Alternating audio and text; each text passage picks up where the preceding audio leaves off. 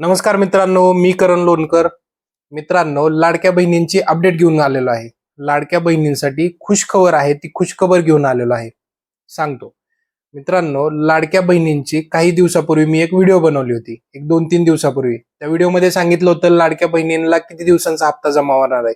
कारण की social media आणि युट्यूबवरती असं सांगितलं जात होतं की लाडक्या बहिणींना 3,000 रुपयाचा जो हप्ता आहे तो मिळणार होता, पण तसं नाहीये.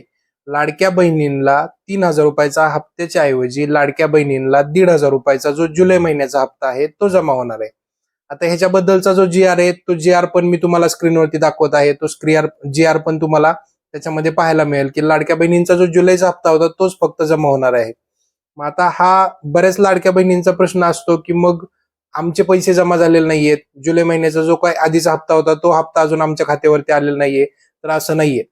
ज्या ज्या लाडक्या बहिणी पात्र आहेत लाडकी बहीण योजनेसाठी त्याच लाडक्या बहिणींना फक्त खात्यावरती पैसे येतील. ज्या लाडक्या बहिणींना आज पैसे जमा झालेले नाहीयेत, आजपासून 9 तारखेपर्यंत म्हणजे रक्षाबंधनाच्या मध्यरात्रीपर्यंत लाडक्या बहिणींच्या खात्यावरती पैसे जमा होतील.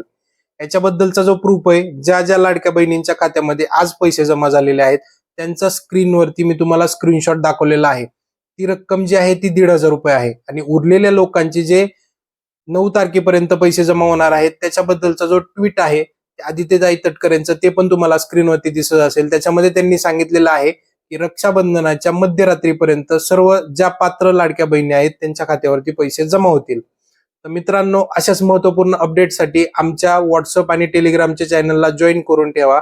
दोन्ही चॅनलच्या ज्या लिंक आहेत त्या तुम्हाला मी कमेंट बॉक्समध्ये दिलेल्या आहेत.